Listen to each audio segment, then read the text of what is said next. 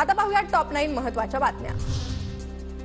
नरेंद्र मोदी 15 मे रोजी कल्याणमध्ये श्रीकांत शिंदेंच्या प्रचारासाठी मोदींची कल्याण पश्चिमेत सभा।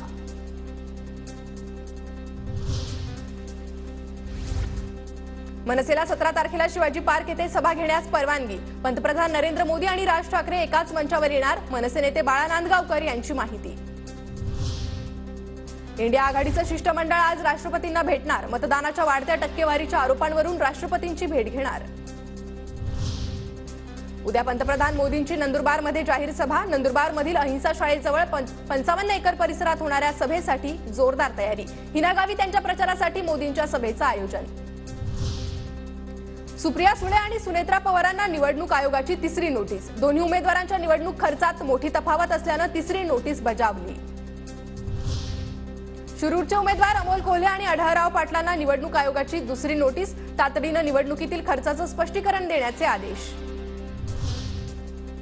वर्धा आणि अमरावतीमध्ये आज गारपिटीचा अंदाज। उत्तरेकडून येणाऱ्या उष्ण वाऱ्यामुळे 2 जिल्ह्यांना हवामान विभागाचा ऑरेंज अलर्ट। एमपीएससी कडून नागरी सेवा संयुक्त पूर्व परीक्षेची सुधारित तारीख जाहीर। 6 जुलै परीक्षा होणार। 494 पदांसाठी परीक्षा असणार। राज्यातील 4 जागांसाठी पदवीधर आणि शिक्षक मतदारसंघाच्या निवडणुका जाहीर। मुंबई, नाशिक आणि कोकण विभागात 10 जूनला मतदान, तर विद्यमान कार्यकाळ 7 जुलैला संपणार।